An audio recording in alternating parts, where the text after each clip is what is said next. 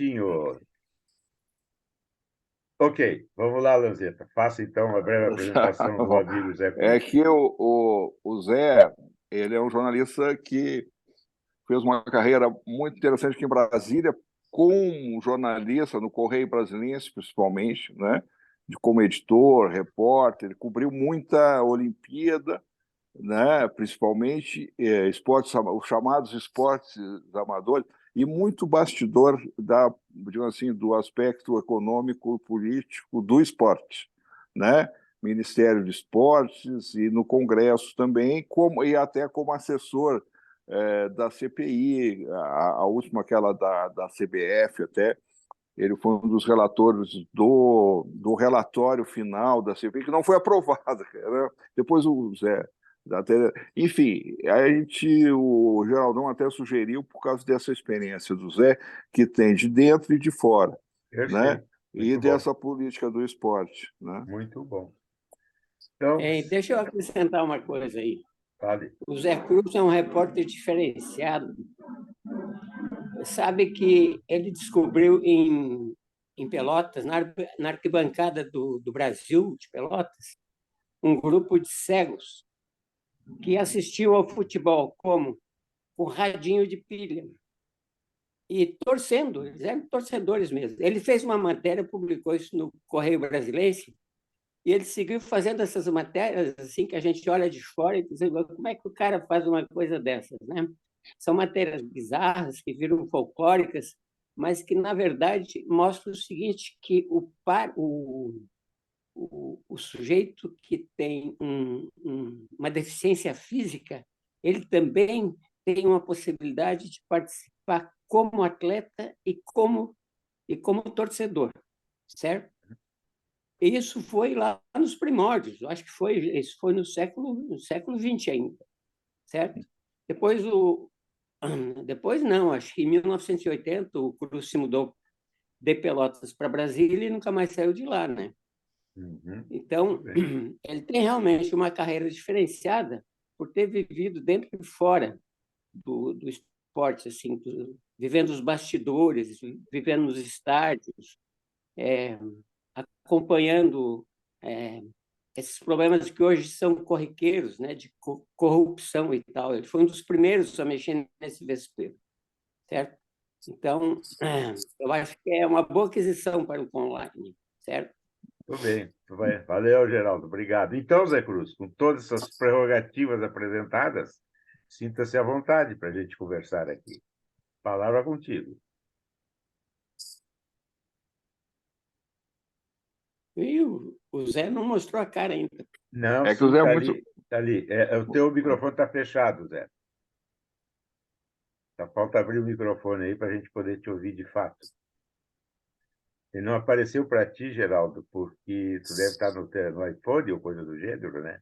Então vai aparecer para ti quando ele for o falante da hora, do momento.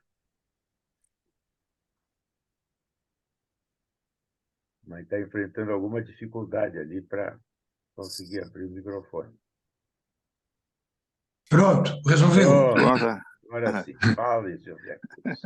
Eu não sou muito habituado, mas é o seguinte, olha, com a apresentação do Geraldo e do Lanzetta, eu agradeço muito o convite. E, de fato, eu procurei, como repórter, sair um pouco do lugar comum.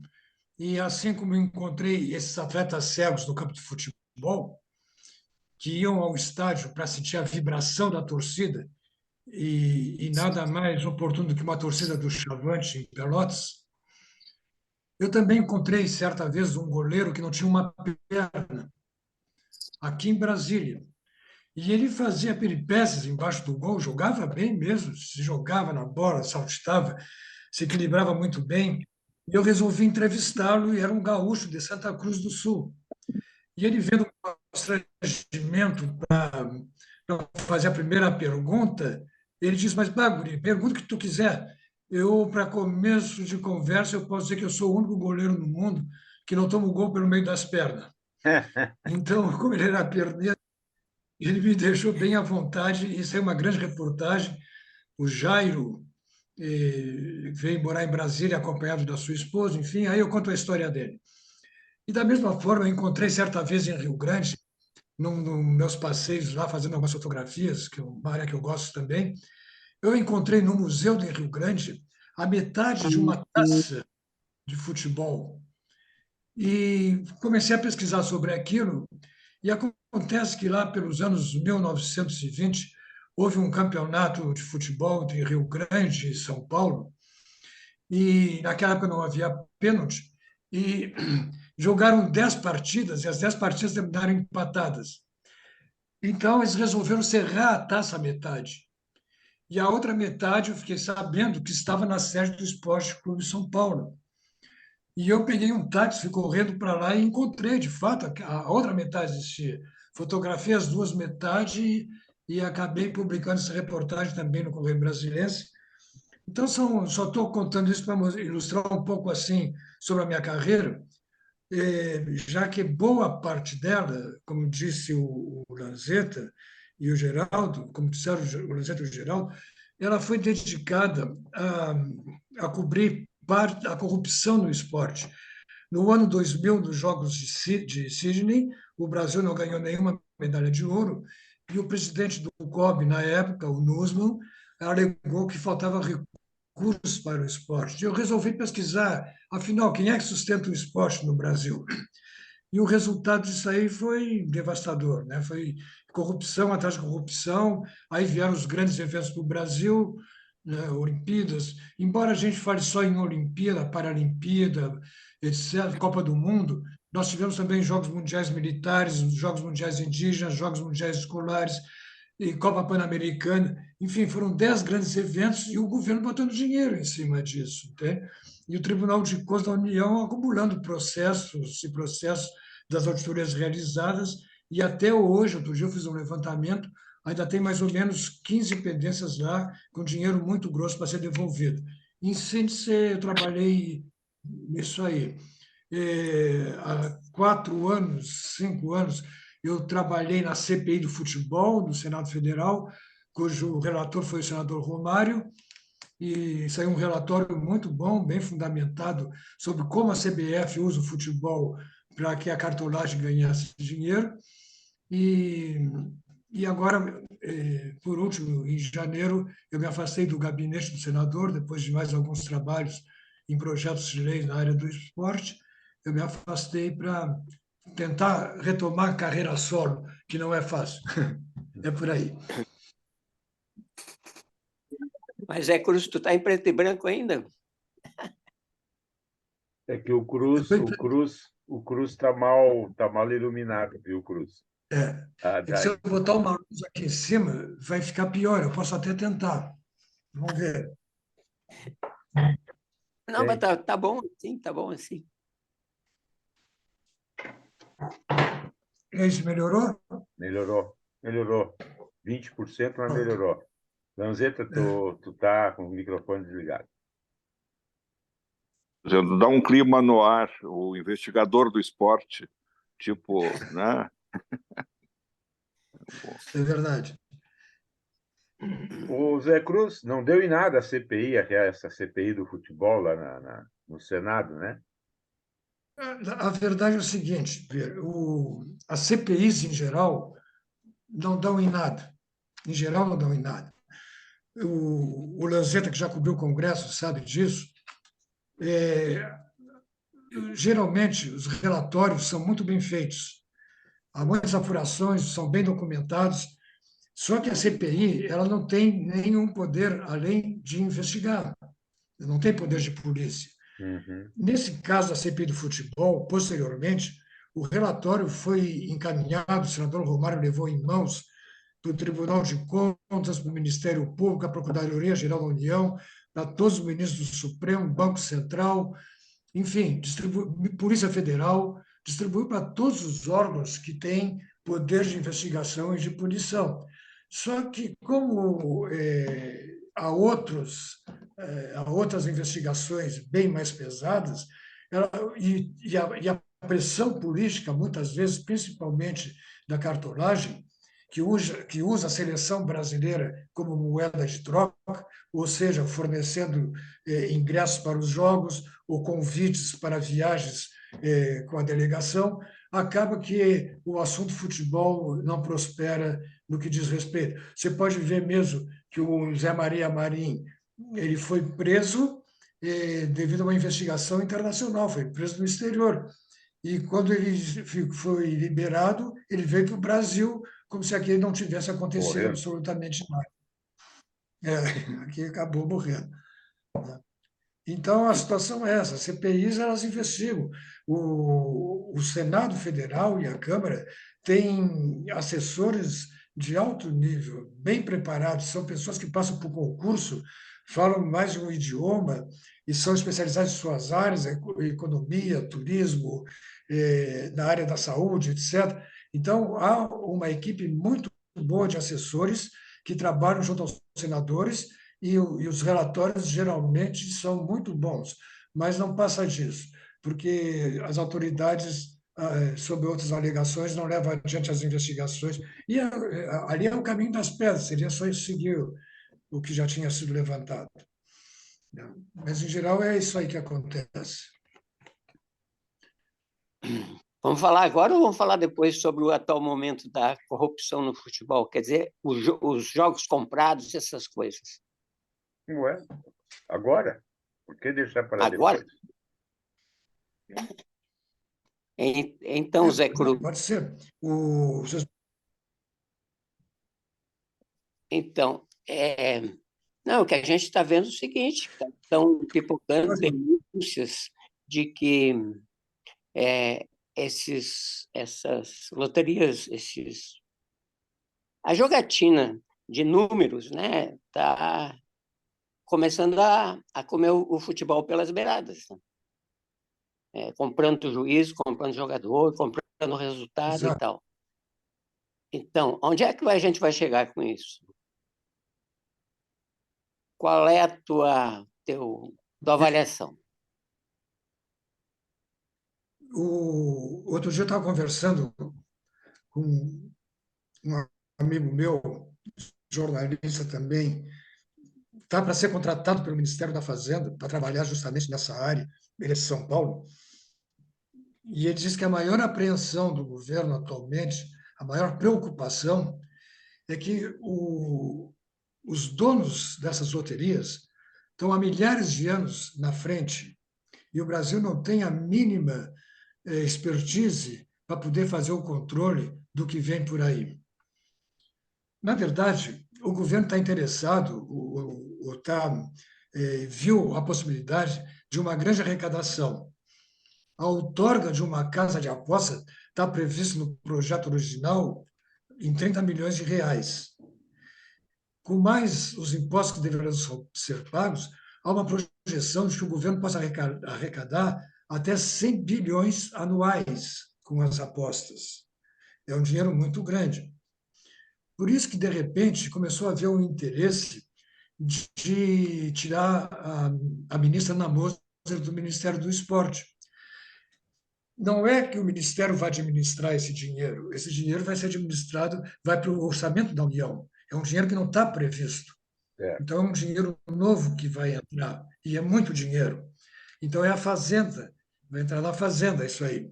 Mas o Ministério do Esporte deverá ser contemplado com bom dinheiro, com boa parte, até porque o Ministério é atualmente, junto com o Turismo, são os dois ministérios que têm o menor orçamento da esplanada. Quando começar a entrar dinheiro na loteria, o governo poderá deslanchar em projetos do esporte através do dinheiro da loteria, sem tirar do seu próprio bolso. Só que nós não sabemos o que vai acontecer nessas outorgas. Nós já tivemos uma experiência aqui no Brasil das casas de bingo, deve se lembrar do tempo do ministro Rafael Greca do esporte. As instituições do esporte, os clubes de futebol, federações, confederações, eram as entidades que poderiam abrir casa de bingos. Como eles não tinham aquele equipamento todo para instalar, eles terceirizavam. Mas a concessão saía em nome das instituições do esporte. Só que as que exploravam o jogo os banqueiros que exploravam o jogo não recolhiam os impostos. Então, acumulou-se uma dívida trabalhista, principalmente, de impostos federais, que levou muito clube e muita federação à falência. Então, nós estamos entrando num campo onde há uma perspectiva de se ganhar bom dinheiro, e é o que tudo indica, pelo que eu tenho ouvido, o governo teria que fazer alguma coisa, porque as casas de apostas estão ganhando sem pagar nada aqui no Brasil, né? Então, vamos ganhar muito. Alguma coisa aqui. Vão ganhar muito dinheiro, mas nós não temos uma estrutura e nem conhecimento de como fiscalizar essas apostas e o que poderá ocorrer em decorrência dela, como as denúncias que o Geraldo acabasse de apontar que está acontecendo. É muito perigoso que pode estar por vir pela frente. Eu Essa só é a... queria lembrar mais uma coisa, são grandes anunciantes da mídia. Esses dias eu estava vendo um jogo, tá? Além do patrocínio do jogo em si, da transmissão, tá? No intervalo entrou mais duas ou três, tá? Então, eles estão se cercando até nisso, tá? Para se blindar ou para ter, sei lá, mais cacife e tal. Não, inclusive, em volta do gramado, tem o anúncio da Casa de Esportes, de apostas, né? Já estão anunciando, são grandes anunciantes mesmo. E dinheiro vivo, paga na hora, porque o que não falta ali é grana, né? Mas isso é um risco muito grande que o governo vai ter que enfrentar. Vai ser caso de polícia. Aí não é caso de Ministério de Esporte, de Fazenda, vai ser caso de polícia mesmo, né? Porque é muito dinheiro que rola. É muito dinheiro. Essa é uma das questões. Então, eu posso até avançar um pouco mais, se me permitem. Aí é uma das questões. A outra questão que nós temos, em termos de... Zé Cruz, desculpe, nós vamos Não, continuar na conversa. Só queria informar todos os participantes aqui que o Leonardo Oliveira, também nosso convidado, já está a postos aí. Ele chegou um pouco atrasado, justificadamente, antes, já tínhamos conversado sobre isso.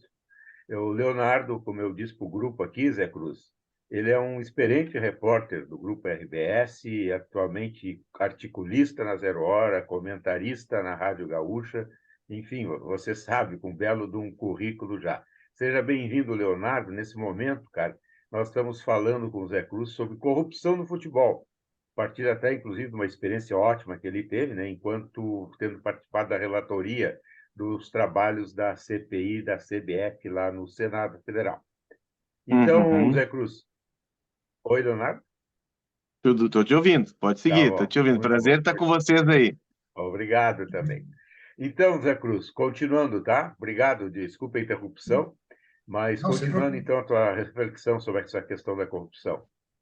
e é muito bom ter o Leonardo aqui para contribuir também com a visão que se tem aí do Sul sobre esses assuntos, né? Isso mesmo. Então, eu dizia que, além dessas questões que nós temos de corrupção, a corrupção no esporte continua, nas confederações continua.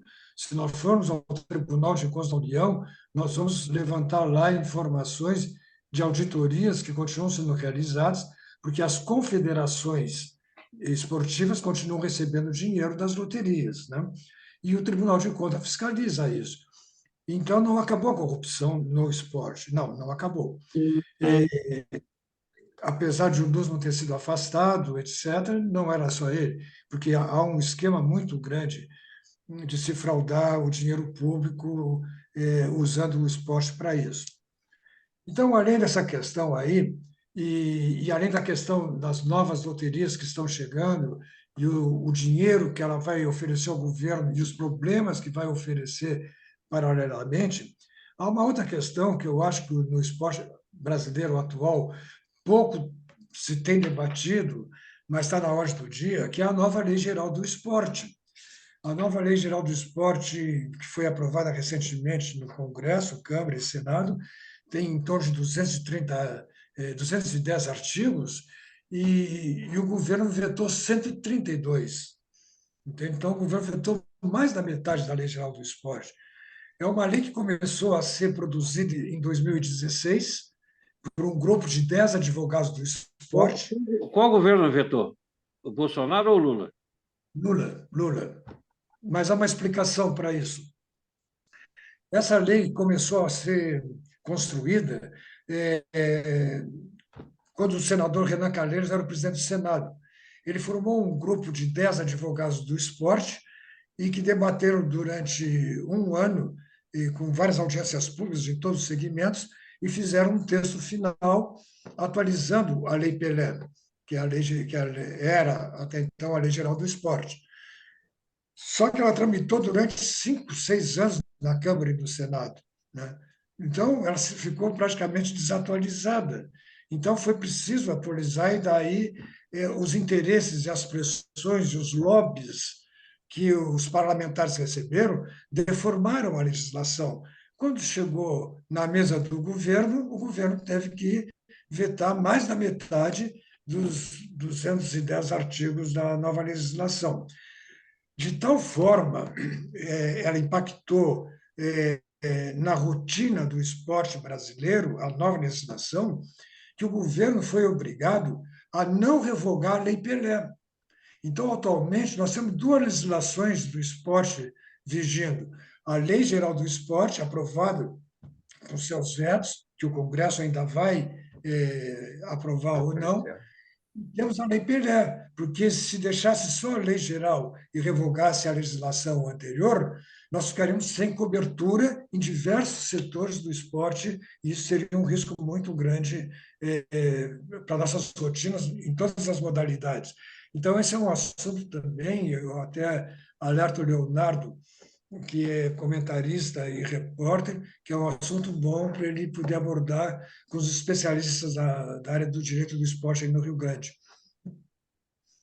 Sim, Bom, sim, é um assunto bem candente, essa nova lei do esporte, e os atletas estão fazendo protestos, inclusive, que tem uma parte que afeta muito eles na relação de contrato, né, rescisão de contrato, enfim, eles fizeram aquele protesto da mão na boca em vários jogos, porque afeta muito eles também, né, e ninguém está sendo ouvido, né, essa é a questão, eles querem ser ouvidos, porque eles são a parte fundamental da máquina, né. Esse artigo especial, que afetava a parte das rescisões de contrato, em que eles perdiam alguns não, importantes direitos, o governo vetou, ou seja, continua vigindo a legislação anterior. Mas agora a legislação está no Congresso, o que vai apreciar os vetos do governo. A ministra, a pedido do Palácio do Planalto, montou uma equipe e está fazendo ajustes junto, inclusive conversando com parlamentares da área da Comissão do Esporte, para que, quando esses vetos vierem a ser apreciados, a gente possa ter uma legislação bem melhor da que se tinha e bem mais próxima da nossa realidade, mas não da forma como os lobbies influenciaram, né, a ponto do governo vetar mais da metade da legislação que foi aprovada, né? Essa aqui é a realidade. E só para concluir esse meu raciocínio assim, dos problemas que a gente tem no esporte atualmente, um outro assunto que vai dar um debate muito grande, já está dando, mas vai crescer no momento oportuno, esses jogos eletrônicos, eles são ou não considerados esporte, né? E que hoje em dia é um segmento que também dá muito dinheiro devido à premiação que paga, e a cada dia surgem novos jogos e novos grupos que se joga internacionalmente, com jogos internacionais através da internet. Desculpa. Então, é um assunto que vai parar na mesa do governo. É ou não é esporte os jogos eletrônicos? E, finalmente, um outro assunto, que são os atletas transgêneros, né? Como é que o Brasil vai se comportar disso aí? Claro que a gente vai ter que obedecer, em primeiro lugar, uma legislação internacional, já que a nossa legislação do esporte também se submete às legislações tanto da FIFA como do Comitê Olímpico Internacional e do Comitê Paralímpico. Mas é um assunto extremamente polêmico, né? Pessoas que trocam de sexo irem disputar provas de 100 metros rasos na piscina ou nas pistas ou nas quadras de vôlei, de basquete, é um assunto é um assunto científico, antes de tudo, e que vai dar um debate enorme ainda esse ano, eu acredito. Sim, na verdade, esse é um debate que já está ocorrendo, né, Zé Cruz? Já tem várias posições adotadas. Tem esporte que já admite este novo gênero, vamos dizer assim, né, nas suas atividades. Então, a rigor, a prática já começa a acontecer. Resta ver essa questão da regularização ou da normatização dessa nova relação que se estabelece nessa nova situação. Isso, exatamente. É, Agora, o que a gente tem que... Leonardo, o Zé Cruz falou muito sobre essa questão, falou sobre essa questão Uhum. da influência, né, dos jogos eletrônicos, dos jogos das casas de apostas e tudo mais. Uhum. Agora, especificamente no caso do futebol, este cenário atual em que se debate a criação de uma liga, ou de duas ligas, ou de três ligas, como é que está isso? De novo, em vez de haver união, há uma grande desunião entre os clubes que não conseguem chegar a um acordo que, teoricamente, seria vantajoso para todos eles? Pois é, olha só, Vieira, por que que isso está acontecendo? Porque a gente está tendo uma mudança na gestão dos clubes, né? Com a chegada, a criação da lei da SAF, que permite aos clubes virarem SA, né? Em Portugal é SAD, na Espanha é SAD e aqui virou a SAF, né? Que é o mesmo conceito. A gente está tendo investidor estrangeiro. Então o cara chega aqui e compra o clube, né? Compra o Botafogo, como o John Textor comprou, o grupo lá, o 777, comprou o Vasco, agora a empresa do Roberto Justus, da qual ele faz parte, o conglomerado, e ele tem 20%, comprou o Coritiba, né? O Roberto Justus é o do programa, aquele que tinha na Rede TV, né? Ele fazia um Big Brother corporativo, assim. Compra o clube ou compra o futebol do clube? Compra o futebol do clube. O Cruzeiro, por exemplo, ele segue existindo. O Cruzeiro é do Ronaldo, o clube de futebol, a parte do departamento. Tu compra o departamento de futebol do clube. O Cruzeiro, tanto que o Cruzeiro segue existindo e tem o time de vôlei. Esse é administrado pelo Cruzeiro Associação, né? O Ronaldo é o dono do Cruzeiro Futebol. É como se tu fracionasse, vamos pegar o Grêmio aqui. O cara chega e compra o Grêmio. Ele compra o futebol do Grêmio. Mas a associação, com seu conselho deliberativo, com sua fundação, ela segue existindo, né? Com o IGT lá, Instituto de Geração Tricolor, que é ligado ao Grêmio. Na verdade, o clube Só no mais uma Brasil questão. fica quase sem função, né? É definitiva a compra ou é por prazo? É por prazo. Tu compra, tu pode comprar por 50 anos, por 100 anos, tu compra as ações. O que acontece? O Textor comprou 90% das ações do Botafogo. Ele comprou em definitivo. Ele fez um contrato que, a partir de agora, se criou a SAF do Botafogo e ele é o dono da SAF do Botafogo. E, inclusive, ontem eu estava dando uma olhada no material que a gente recebe da Comebol, pré-jogo da Libertadores, da Sul-Americana. O América de Minas, ele é uma SAF. Só que ele não foi ainda vendido para um investidor. Eles constituíram uma SAF, desmembraram do clube e o futebol é um núcleo independente do clube. Na Comebol, lá de SAF América versus Colo-Colo, por exemplo. Até a identidade do clube ela muda. Então, com a chegada desses investidores, os caras são donos, os caras botam dinheiro para ganhar em cima, né, é um negócio, eles compram as ações, eles querem valorizar as ações, tu vai para o mercado. O que eles pensam? Eles não pensam como dirigente do clube associativo. Vamos pegar o exemplo aqui do Alberto Guerra e do Alessandro Barcelos, que até acho que são presidentes com ideias muito inovadoras, caras que pensam de uma forma mais profissional os clubes. Eu acho que os dois clubes estão em boas mãos.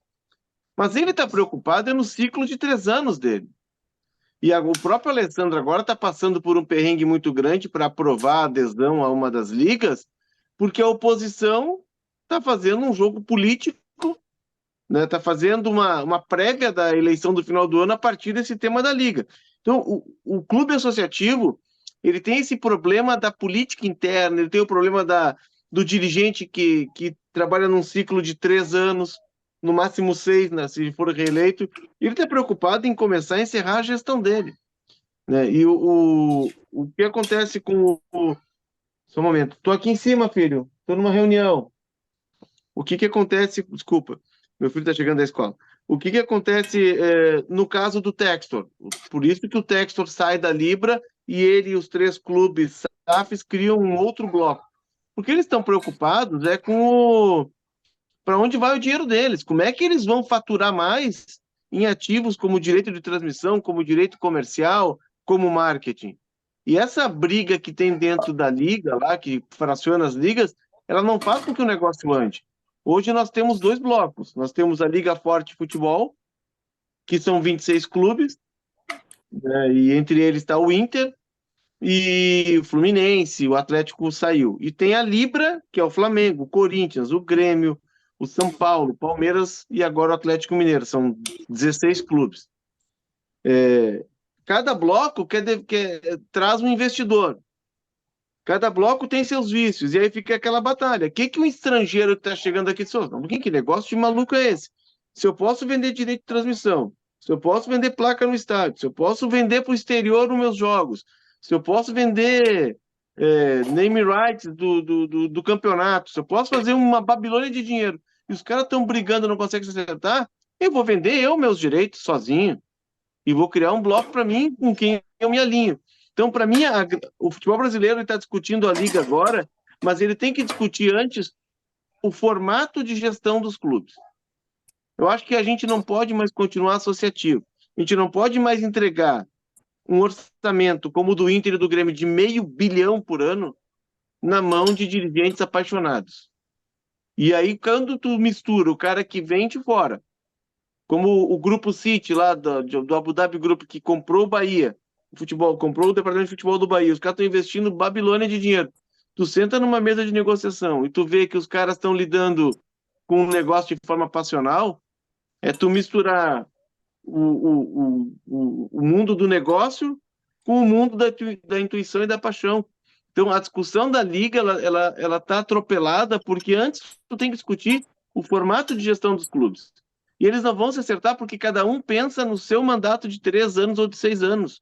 Cada um quer botar sua foto na galeria lá dos presidentes e quer marcar na história que foi campeão para poder contar para os netos ou para a família ficar perpetuada na sociedade. Para mim é muito claro isso, né?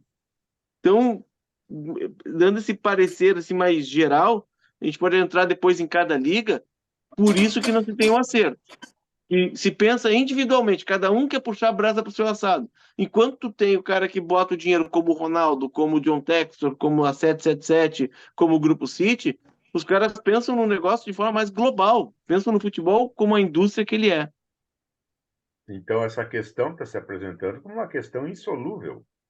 Se há toda essa questão política em que os clubes, os gestores políticos, teriam que chegar a um grande acordo entre eles, isso vai acontecer quando? No dia de São Nunca. Dia de São Nunca. A gente, para vocês terem uma ideia, o Brasil ele poderia ter sido vanguarda na questão de liga. Em 1987, a CBF chega para os clubes que naquela época o estadual ocupava um semestre e o Brasileirão outro. E o estadual tinha o seu valor, tinha a sua força, né? E tem até hoje, pelas rivalidades locais e tal, mas ele ocupava um espaço muito grande no calendário. E a CBF chega para os clubes e diz assim: eu não vou organizar o Campeonato Brasileiro esse ano. Não tem Campeonato Brasileiro esse ano. Se resolvam lá com as federações, façam o Campeonato Estadual de vocês de novo, porque não vai ter Brasileirão. O que fazem os clubes, principalmente capitaneados pelo Grêmio, com Paulo Odoni, na época presidente, e pelo São Paulo, com Carlos Miguel Aidar?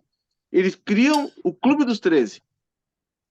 Isso é 1987. E aí sai a Copa União. Não sei se vocês não lembraram, 13 clubes, os 13 grandes clubes e mais 3 convidados, né? Curitiba, Goiás e Bahia. E aí tinha os de Minas, os 2 de Minas, os de São Paulo, os do Rio Grande do Sul, né? E aí eles formaram aquele campeonato de 16. Venderam para a Globo o campeonato, venderam para a Globo. Todos os clubes tinham o mesmo patrocinador, com exceção do Flamengo, que sempre teve um patrocinador ligado ao governo, que sempre foi a Petrobras, até pouco tempo atrás.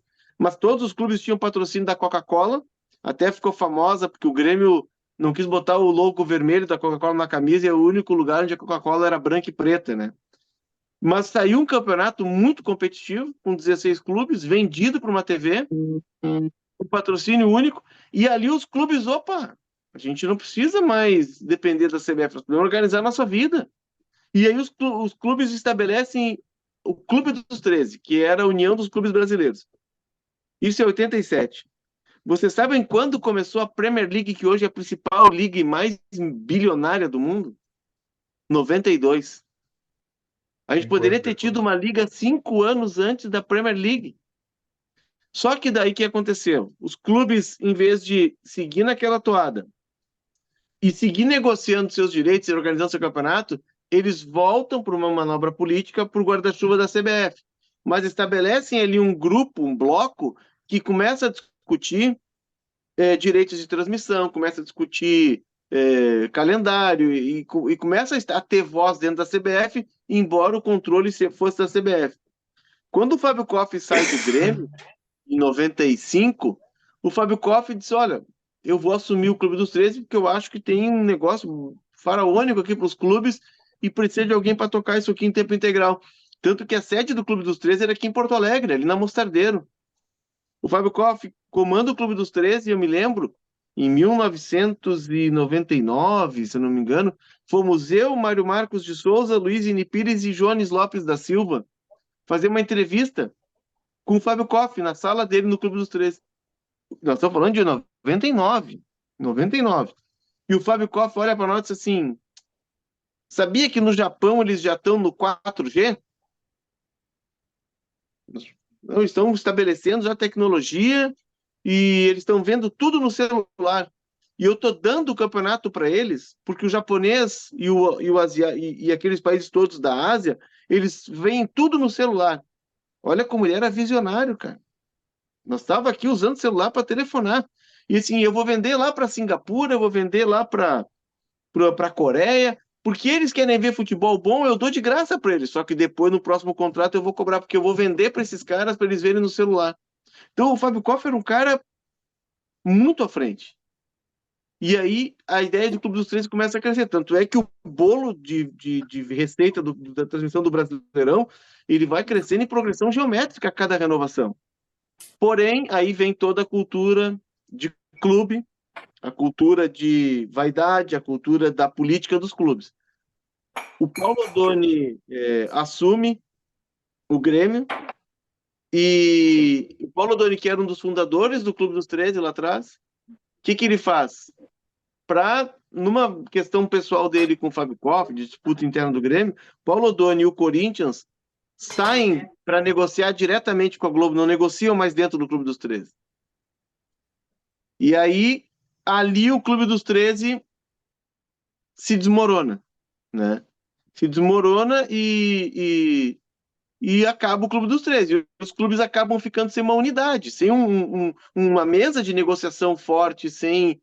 Aí a Globo percebe esse vácuo e entra e começa a negociar diretamente com os clubes.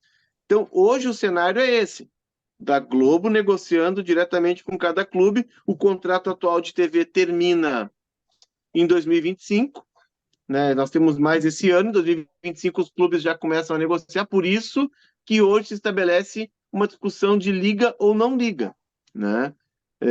De criar uma liga unificada de blocos de negociação, por quê? Porque o contrato de TV termina no final do ano que vem.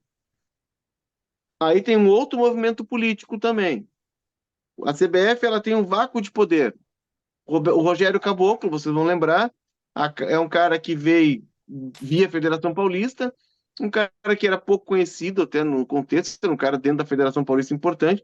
O Rogério Caboclo é guindado a presidente da CBF pelo Marco Polo Del Nero.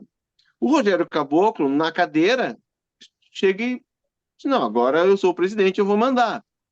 Porém, o que fazem os caras? Não, parei só um pouquinho, nós estamos foi colocado aí, nós temos um movimento por trás de ti.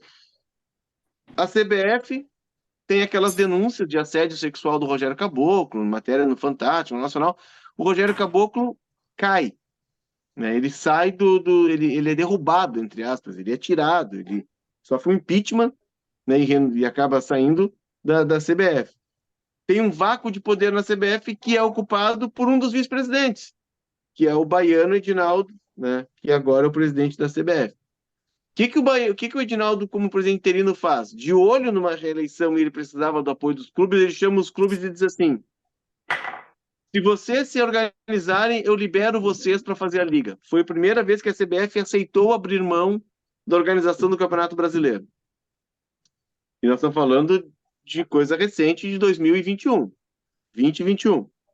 Os clubes, então, passam a se reunir, criam a Libra, que é a Liga Brasileira, e passam a se reunir. Porém, quem está capitaneando a discussão e quem está controlando todas as ações são Flamengo, principalmente, e Corinthians, que dizem: eu sou maior, eu tenho mais torcida, sou um clube nacional, eu tenho 40, o Corinthians aqui, meu amigo, tem 35 milhões de torcedores, e nós precisamos ganhar mais. Os clubes menores e os emergentes, e aí eram 10 clubes, vou tentar listar aqui: América Mineiro, Goiás, Atlético Goianiense, Coritiba, Atlético Paranaense, Juventude, Cuiabá, Fortaleza, Ceará e Bahia. Eles dizem: não, isso não nos serve, porque vai continuar o Flamengo e o Corinthians ganhando muito mais do que todo mundo, vai continuar uma diferença muito grande entre o que ganha mais e o que ganha menos, e isso não está certo. O que eles fazem? Eles saem desse grupo e criam a Liga Forte Futebol. Por quê? Porque eles sentiram que precisavam ter um bloco, uma voz mais ativa para serem representados numa mesa de negociação, porque senão eles iam ser patrolados como sempre foram, né?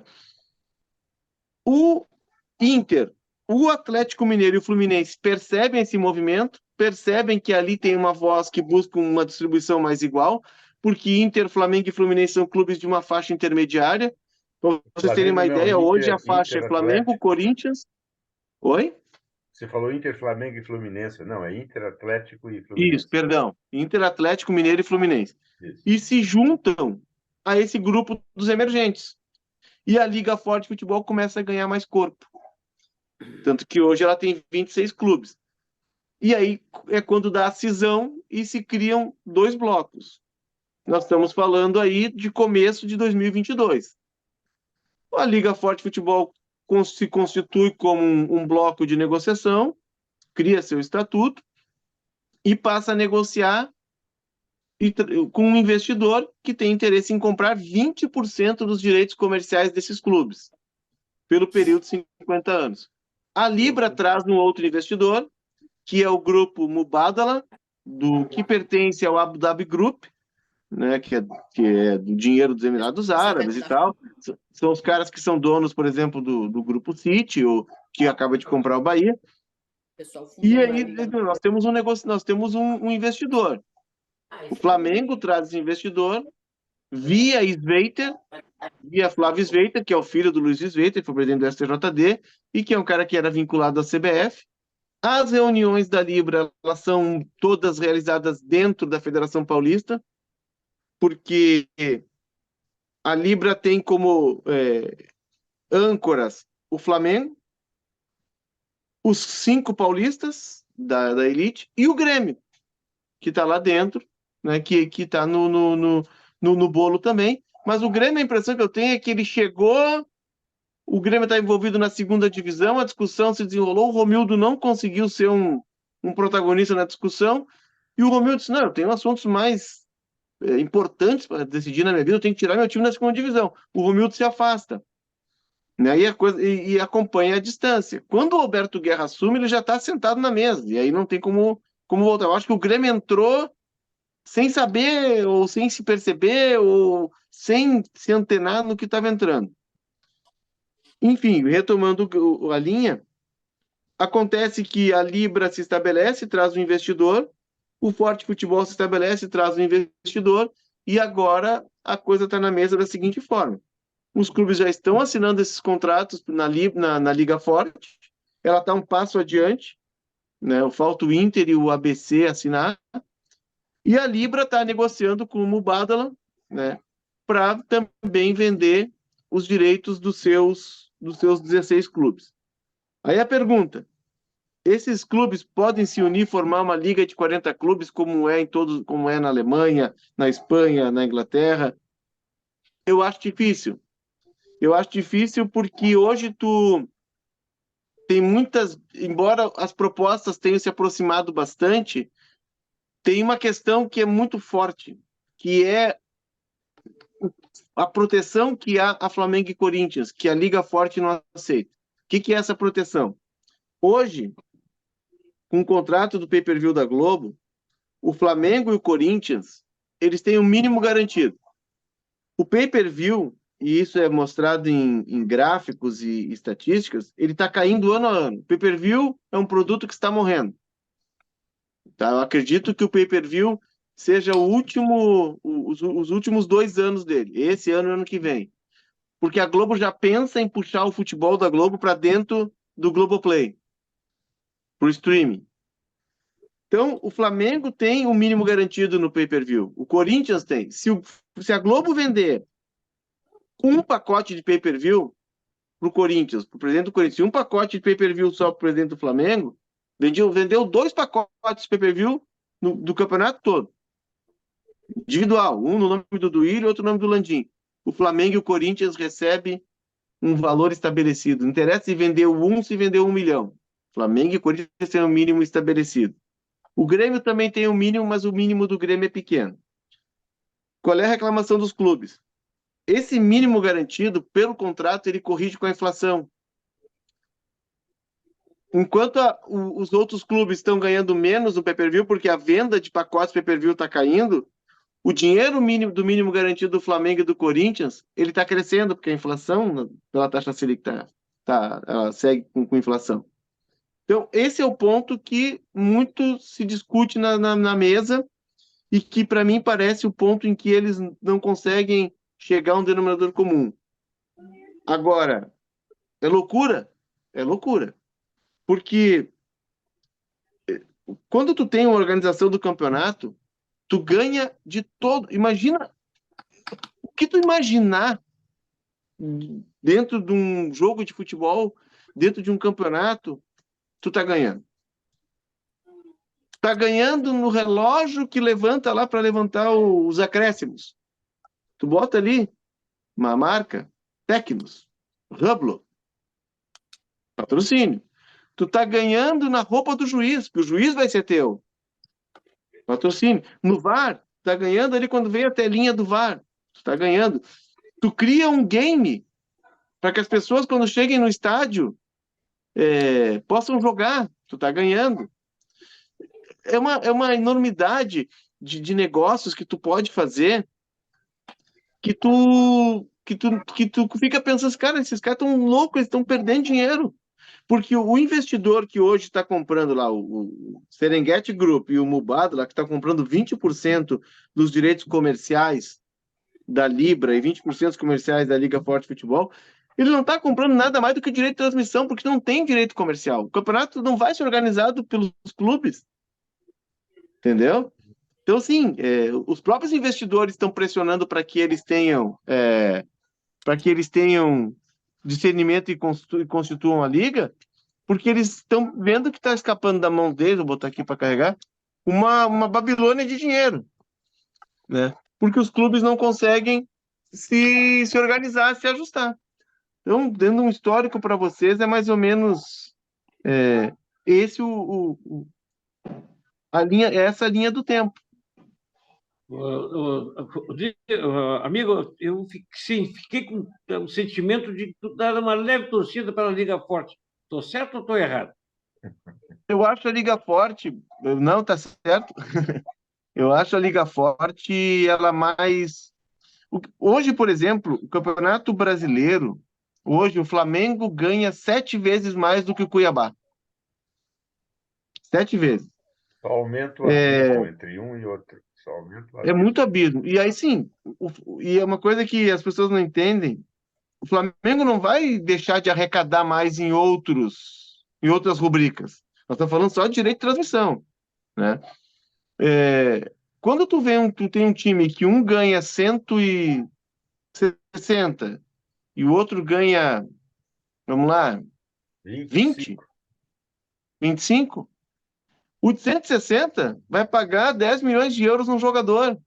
O de 25 vai pegar um jogador que vai estar livre no mercado de uma qualidade inferior. Aí quando tu vai jogar, tu senta na TV, é o jogo do Davi contra o Golias. Isso é ruim para o produto, né? Então a Liga Forte ela prega essa igualdade, que até a Libra se aproximou bastante. O que eles pregam? Eles pregam que o que ganha mais e o que ganha menos, e aí dentro de todos os parâmetros, porque tu vai ter variáveis ali dentro, colocação no campeonato, visibilidade, né? Tu parte de um percentual de 45% igual e 30% por colocação no campeonato e 25% por audiência.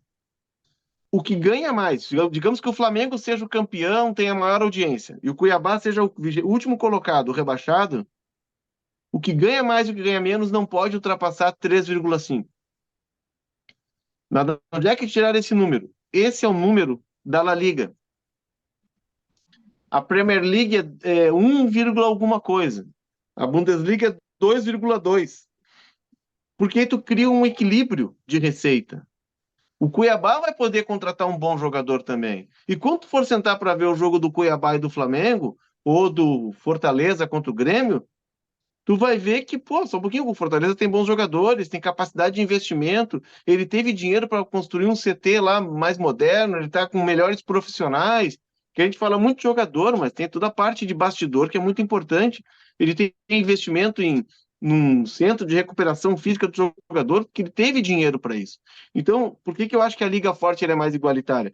Porque ela não dá essa proteção para Flamengo e Corinthians, porque hoje nós temos uma... O Corinthians só não está no mesmo patamar do Flamengo porque o Corinthians deve um estádio de 1 bilhão. Mas se não devesse, o Corinthians estava igual ao Flamengo e hoje ninguém bate o Flamengo. O Grêmio vai jogar contra o Flamengo agora a Copa do Brasil? Eu não tenho esperança. Olha, vai ser um milagre, vai ser uma epopeia. Nós não vamos mais ver o Grêmio e o Inter campeões. E nós estamos falando de dois clubes grandes. O Flamengo está muito à frente dos demais. Pela potência dele, sim. Pela capacidade de organização dele, sim. Por ter blindado o seu estatuto e ter colocado barreiras para que nenhum presidente maluco chegue lá gastando, sim. Por um processo de reestruturação que começou em 2015, com o Eduardo Bandeira de Mello, que até hoje é deputado federal, com um cara que é da Sky, que era diretor-presidente da Sky, com o Landim, que é o cara do petróleo, pessoas, cabeças do mundo dos negócios, sim. Mas acontece que se tu tem uma forma de daqui a pouco fazer com que quem ganhe menos eleve a sua receita e diminua a distância para o Flamengo, tu vai ter um jogo melhor, tu vai ter um produto melhor. A gente vê a Premier League e fica encantado, né? A Premier League, daqui a pouco tu vê o Crystal Palace jogando com o Chelsea, com o Arsenal de igual para igual. Aqui tu senta para ver Cuiabá e Flamengo, não, tu sabe que vai ser uma lavada. Tu sabe que o Campeonato Brasileiro hoje pode ser ganho por 3 times. Enfim, por isso que eu acho que a Liga Forte ela é mais justa. Ela tem essa questão de justiça de fazer com que o que ganhe menos eleve e o que ganhe mais não dê um salto. Ganhe também mais, mas sem dar um salto. Qual vai ser o papel da CBF e das federações nesse processo aí? O que vai somar para a gente dizer? Era a pergunta que eu ia fazer agora. A CBF, eu acho, as pessoas falam muito do Edinaldo, né? O Edinaldo ele é uma figura peculiar, assim, ele não tem o perfil assim do dirigente, do cara que chega, né, com aquela fleuma. Ele é um cara assim simplório, ele é um cara, né, mais assim rústico. Mas o Edinaldo ele é muito inteligente. Não subestime o Edinaldo. O que o Edinaldo fez? Ele pega o apoio dos clubes para se eleger e dá para os clubes a capacidade de fazer a liga. Só que ele sabe que os clubes não vão se acertar. Então, assim, ele disse, ó, me dá um apoio, vocês podem fazer a liga. Não vai. É que nem tu chegar para 20 guritas assim, ó, eu vou dar aqui para vocês jogar, vocês me ajudem aqui a limpar isso aqui, organizar. Depois eu deixo vocês jogar, mas não briguem. É óbvio que tu vai dar uma bola para 20 gurias e vão brigar, né? Tu vai lá em 2 minutos, tu tira a bola deles e acabou o jogo. O Edinaldo fez isso. Mas vamos lá, se sair a liga, tá? A CBF hoje, ela vai gerenciar a Série C, Série D, que vão ser classificatórias para a Série B e para a Série A, né? O cara vai ter que subir, porque a Liga ela contempla a Série A e Série B. 40 clubes, 20 na A e 20 na B. A CBF vai organizar essas competições, né, de Série C e Série D, vai cuidar da seleção brasileira, que hoje é a mina de ouro da CBF. A seleção brasileira é uma das maiores grifes do mundo. É só a gente olhar, o técnico da seleção vai dar uma entrevista, olha o que tem de patrocínio ali. A CBF estava com 1 bilhão em caixa, cara. No período da pandemia, 1 bilhão em caixa. Então, assim, a CBF ela é milionária. Ela sabe que ela vai sobreviver com a, a seleção e vai sobrar. E aí ela dá para os clubes a organização do campeonato. E os clubes aí vão ter que dar o seu jeito. Vão ter que constituir, se eles se acertarem, uma empresa. Tu vai ter que contratar gente capacitada no mercado. Tu vai ter que criar uma sociedade de propósito específico, né, para constituir a Liga. Como é que é na Espanha? Eu gosto muito do caso da Espanha. Eu leio muito sobre a La Liga. Eu gosto muito da La Liga. A La Liga ela é uma empresa independente. A Real Federação Espanhola, aliás, a CBF organiza a Copa do Brasil também, tá? A seleção e a Copa do Brasil.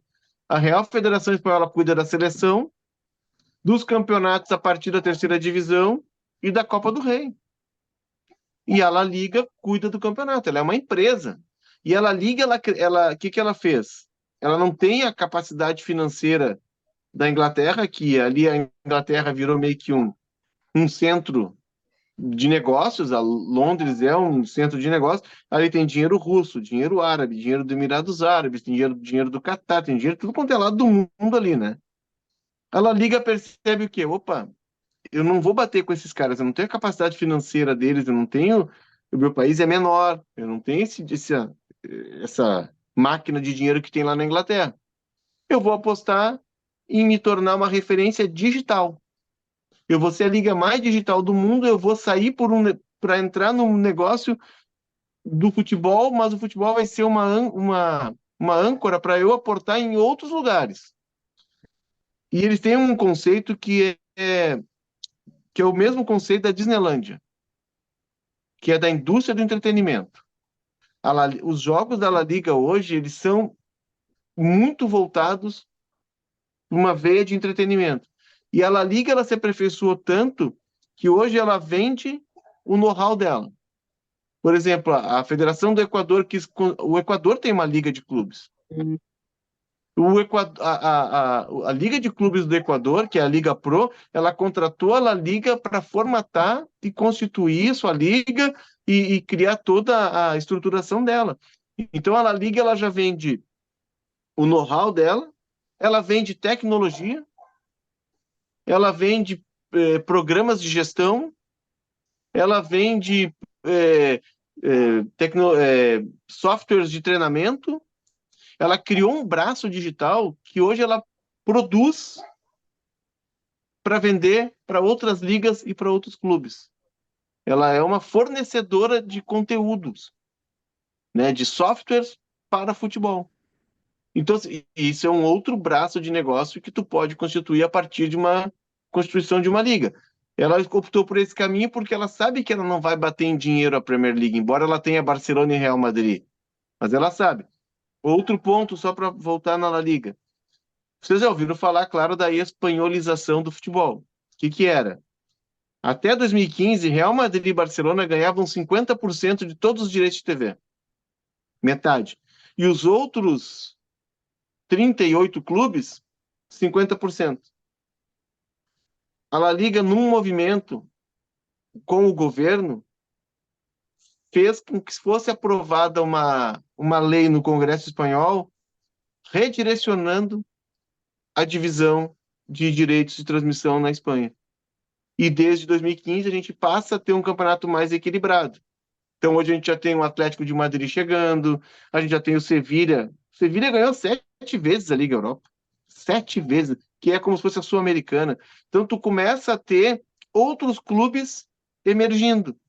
E tu consegue transformar, a partir desse movimento que ela fez com o governo, usando da força do governo, para criar um projeto de lei, tu consegue ter um campeonato mais equilibrado, com uma distribuição de renda mais equilibrada. Ah, mas o Real Madrid e o Barcelona ganham mais dinheiro.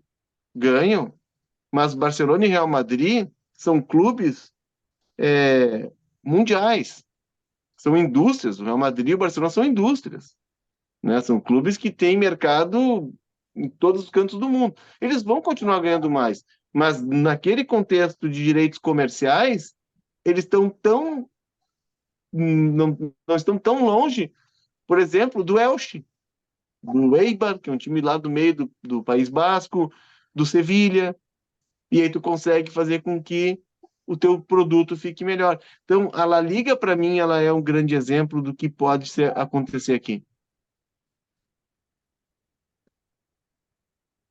E o que vai acontecer aqui no ano que vem? A Liga Forte e Libra? e a Libra não vão se entender. Não. Vai fazer o Então, quê? o mando segue sendo da CBF. Mas e os direitos de transmissão? Segue sendo os atuais com a Globo ainda, é isso? Não, aí tem outro ponto. Eu até estava discutindo isso com um conselheiro do Inter há pouco, porque o Inter está numa discussão muito ferrenha sobre isso. Vocês lembram que em 2020, no meio da pandemia, o presidente do Flamengo, no movimento com o Jair Bolsonaro, criou a lei do mandante. Sim. O que o Flamengo fez? O Flamengo, quando ele disputa o Mundial lá com o Liverpool, o Flamengo tem contato com outro mundo, né? E o Landim vai com uma comissão dele visitar o Real Madrid. E volta encantado.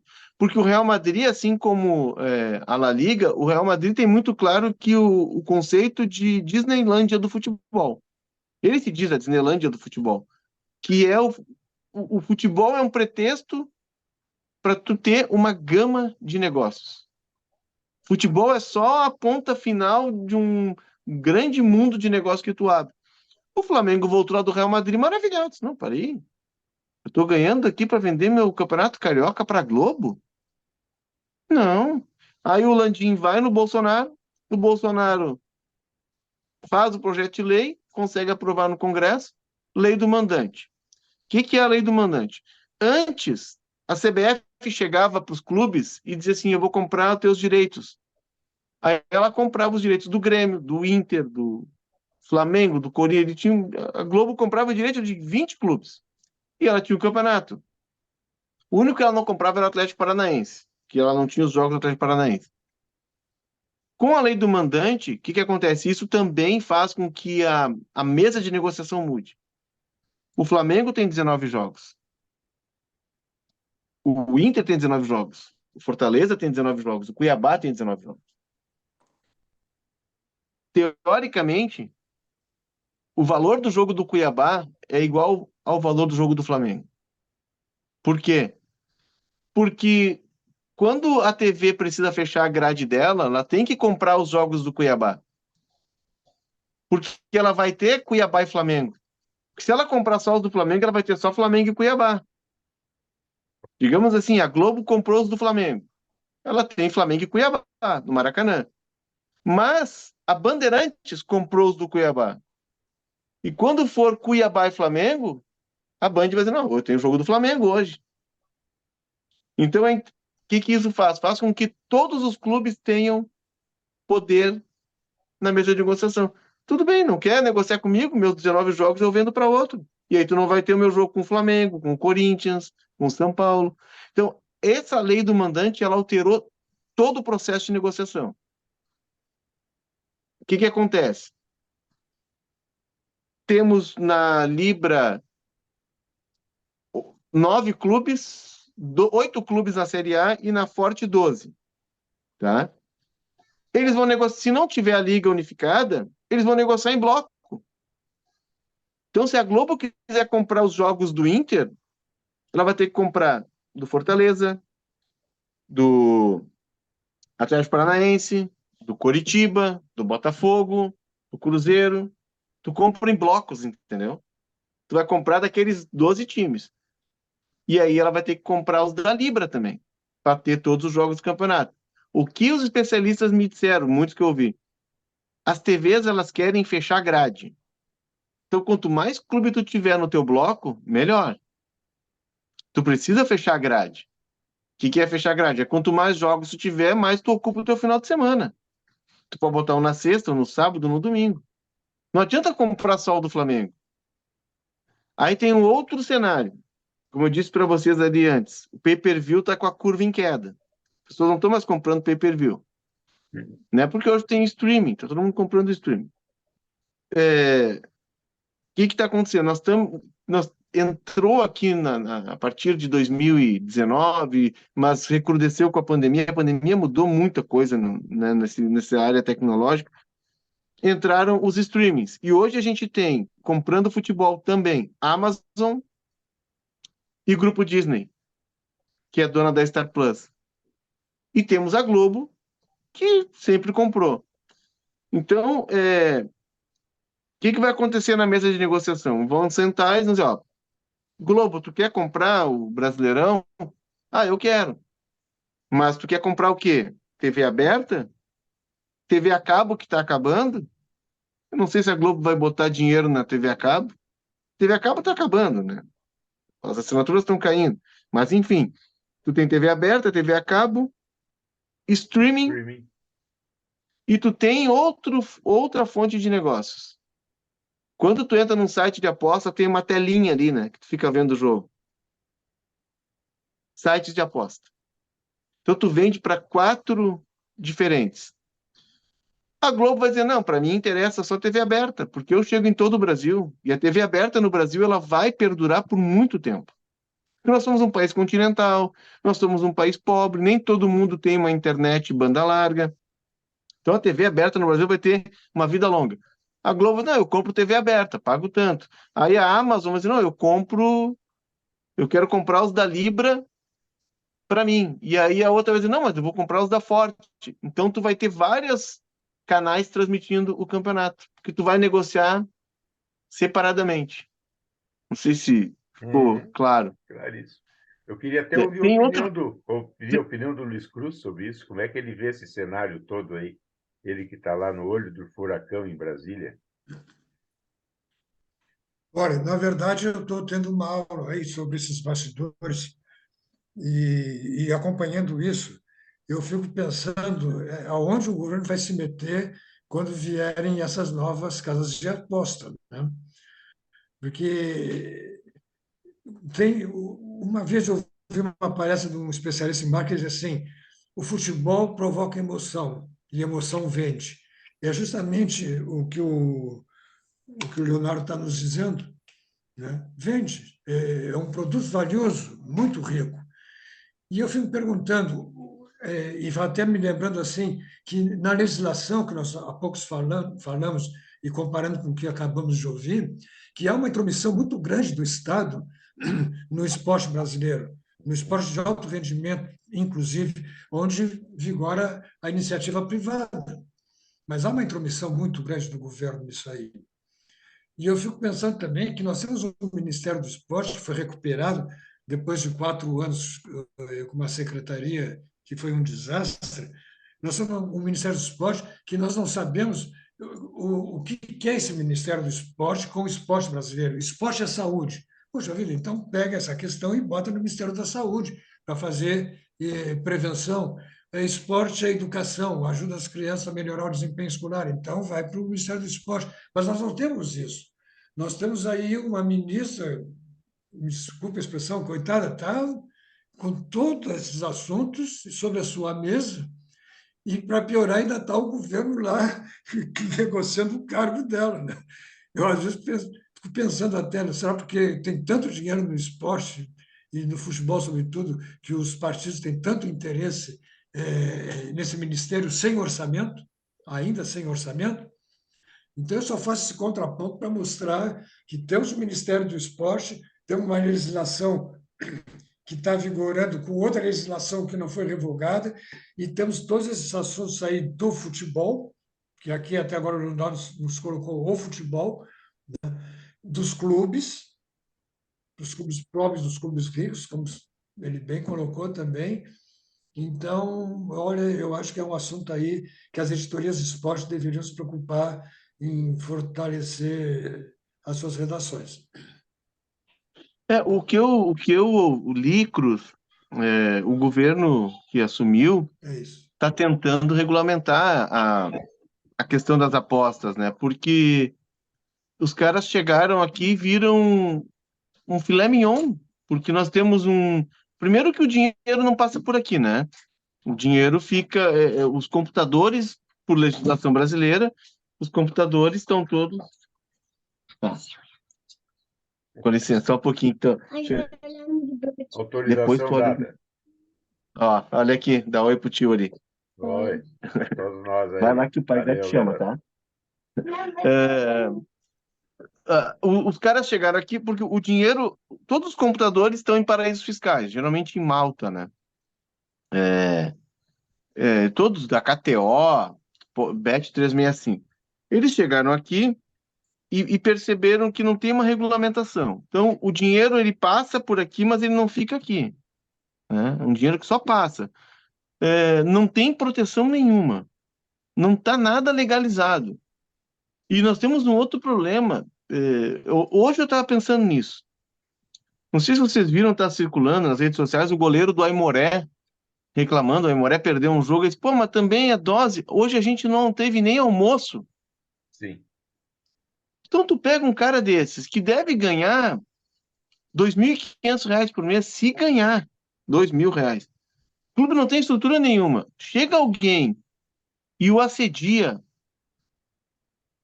com uma proposta para ganhar 30, como a gente viu agora, que explodiu há pouco tempo, né, na Operação Penalidade Máxima, os caras ganham 30, 40, 50, o cara abraça. O cara abraça. Então, assim, a gente não tem regulamentação nenhuma, os jogadores estão expostos, as casas de aposta estão expostas, elas são vítimas dos manipuladores, porque são elas que pagam, né? Elas têm as defesas delas, elas têm os alertas delas, elas têm pessoas que fiscalizam os jogos, que estão sempre monitorando, mas a gente não tem nada regulamentado, e aí se encontrou aqui um ambiente fértil, primeiro porque as casas de apostas pegam o dinheiro aqui e não pagam imposto, não pagam nada de imposto, e também aberto porque nós somos um país pobre, os jogadores estão expostos, e vamos combinar. Eu falei do goleiro do Aimoré, mas tinha cara fazendo negociata na Série A. Então é urgente que se tenha uma regulamentação. É urgente que tu comece a fazer uma filtragem, porque a ideia do Haddad é que a casa de aposta, para se estabelecer aqui, inicialmente ela tem que pagar um passe de R$ 30 milhões. Então tu já seleciona, só vão ficar as maiores, para dar 30 milhões, e depois tu vai recolher impostos em cima dos prêmios e tal. Então, só que isso precisa andar, porque senão o dinheiro não fica, a gente não recolhe nada disso, e é uma Babilônia que circula de dinheiro, e o futebol está a perigo. Os esportes estão a perigo, porque tu pega um atleta, 2% da população ganha um salário razoável no futebol. Se tu for pro vôlei, pro basquete, é um percentual menor ainda. Tu pode estar criando um ambiente para manipulação de resultado. Daqui a pouco nós viramos lá a Indonésia. Eu entrevistei, final de semana, um jogador que jogou aqui no Inter e que joga na Indonésia, e ele disse, não, aqui o juiz não dá falta. O jogo aqui é um jogo livre. Cara, é um absurdo, porque tem muita máfia de aposta. Está estabelecido. O jogo não é dado falta, o juiz manipula o jogo porque tem muita aposta, tem muita máfia de aposta. E a gente está correndo esse sério risco aqui. Então a gente deixa de recolher das casas de aposta e a gente está permitindo que elas operem aqui e que aproveitadores acabem tirando o principal do esporte, que é a competição, né? A partir do momento que tu mexe na competição, na competitividade, deixa de ser esporte. E é a nossa paixão, né? O esporte é uma paixão. O brasileiro, ele é atlético. O brasileiro, para nossa formação, ele é do esporte. Ele tem aptidão para o esporte. Nós temos aptidão para o esporte. Nós não somos potência olímpica porque nós somos desorganizados. Mas se a gente tiver aqui uma estruturação como os Estados Unidos fez, vinculando esporte e educação, a gente vai disputar a Olimpíada pau a pau com eles, porque nós temos uma aptidão esportiva enorme, uma paixão pelo esporte enorme. Enfim, não, metendo minha colher um pouquinho nessa área. Olha, Leonardo Cruz, nós tivemos aqui hoje duas aulas excepcionais. Primeiro, Cruz, falando sobre os bastidores da política em Brasília, né? E desta situação aí de nós temos duas legislações regulando o esporte no Brasil, sem que se tenha, na verdade, uma clareza muito boa, e como o Leonardo pontuou, com os jogadores, os atletas protestando, porque eles simplesmente não foram ouvidos nesse emaranhado todo. E, de outra parte, essa aula, realmente, como disse o Cruz, que o Leonardo nos deu, sobre esse atual cenário aí do futebol, em especial, com a questão das SAFs. Muito obrigado mesmo para vocês dois, mas o Alexandre Bach, que teve a ideia de te convidar, Leonardo, quer pontuar aqui uma situação. À vontade, Bach.